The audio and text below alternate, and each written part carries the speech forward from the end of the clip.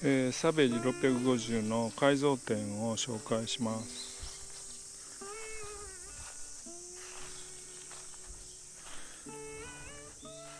まずは塗装ですね。ラスティ塗装を自分でしました。こういう風に、サベージ650ウイングマークをつけたりとか、こういうキャラクターを、自分のキャラクターなんですけども入れてあります。でラスティ塗装です。で、そうですね、まずフロントから行くと、フォークブーツをつけてあります。これは木島のフォークブーツです。で全体ホイールだとか、フロントフォークとか黒く塗ってるんですけれども、これ結構最初、中古で買った時汚かったんで、自分で筆でラッカーを塗りました。なのでラッカーの刷け跡があったりとかしてかなり汚いです。その辺は気にしないです。で、ウインカーはこれはスズキの 250cc のものをオークションで買ってつけてあるんですけども、ちょうどいい大きさですね。ノーマルがかなり大きくて、不細工なんで買いました。で、ステーなんですけども、適当なステーがなかったので、これは、パイプの、工事用のパイプ、配管用のステーを流用してあります。黒く塗って、はい。でハンドルはハーレー用のハンドルをオークションで買ってつけてあります。黒く塗りました。で、グリップなんですけども、最初かなり太くって握りづらかったので、細めのやつを、これはデイトナの分ですね。デイトナのものを買いました。でバックミラーなんですけども、これはナポレオンのバックミラーです。これ結構便利で、こういうふうに畳んでおけるので、バーエンドミラー結構横に張り出してるので、止めてる駐車してる時とか邪魔ですよね。でそういう時畳めます。で後ろも後方も結構、よく見えるので、視認性も抜群です。で、距離は今のところだいたい3万少しですね。でマフラーのエキゾストパイプにはバンデージを巻いてあるんですけれども、これを買ったのが、カリフォルニアのライカというパーツショップなんですけども、このパーツショップ結構サベージのパーツとか売ってるんですけども、バンデージとか、バーエンドミラーとかグリップとかいろいろ買ったんですけども、どれも品質が悪くってですね、まともに使えたのがこれだけでした。バーエンドミラーなんか最悪で全然固定しないような代物でした。安かったんですけどもあまり良くないです。で、ステップの位置なんですけども、これが最初のノーマルの位置ですね。で、バックステップに書いてあります。ステップ自体はテンパーだったかな、 400cc のスズキのこれと同じエンジンを積んだスポーツバイクのステップをオークションで買ってつけてあります。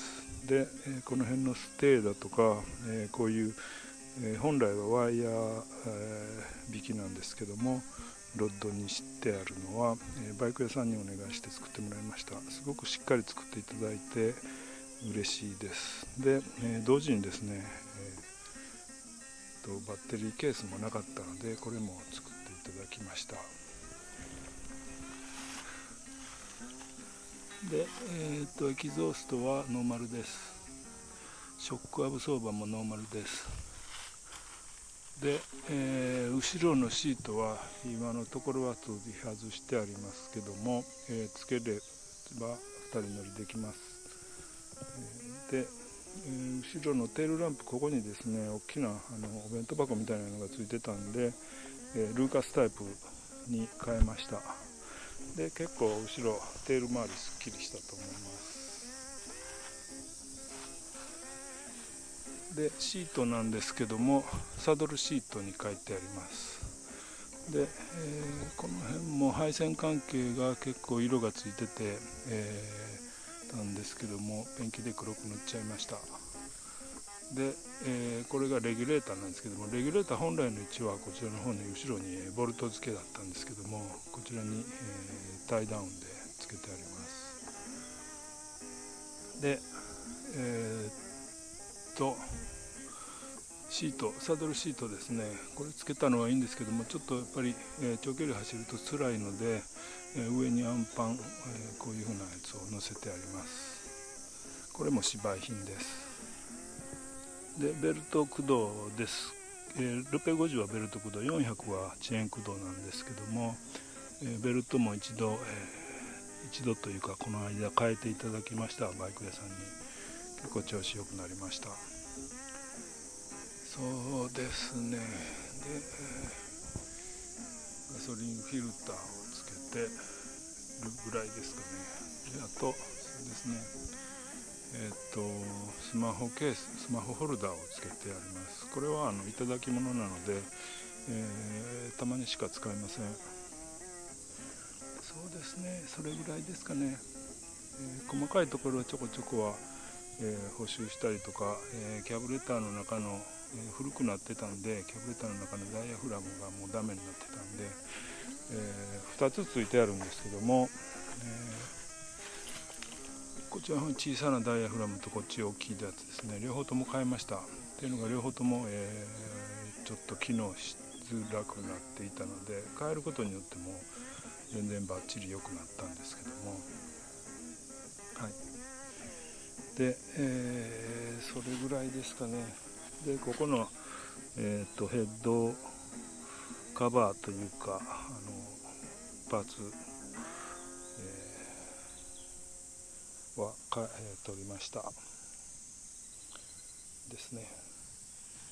で、これですね、これが、フロントフェンダーはこれ見かけプラスチックっぽいんですけども、プラスチックの成形っぽいんですけども、実はスチールです。でこちら、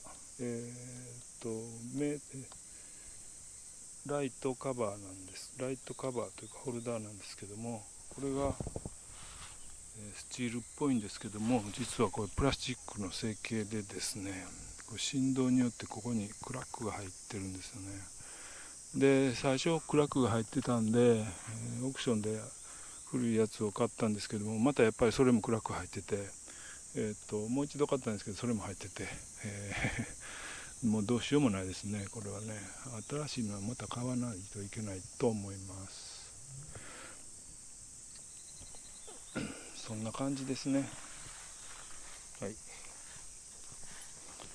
割と気に入って乗ってます。じゃあエンジンかけてみましょう。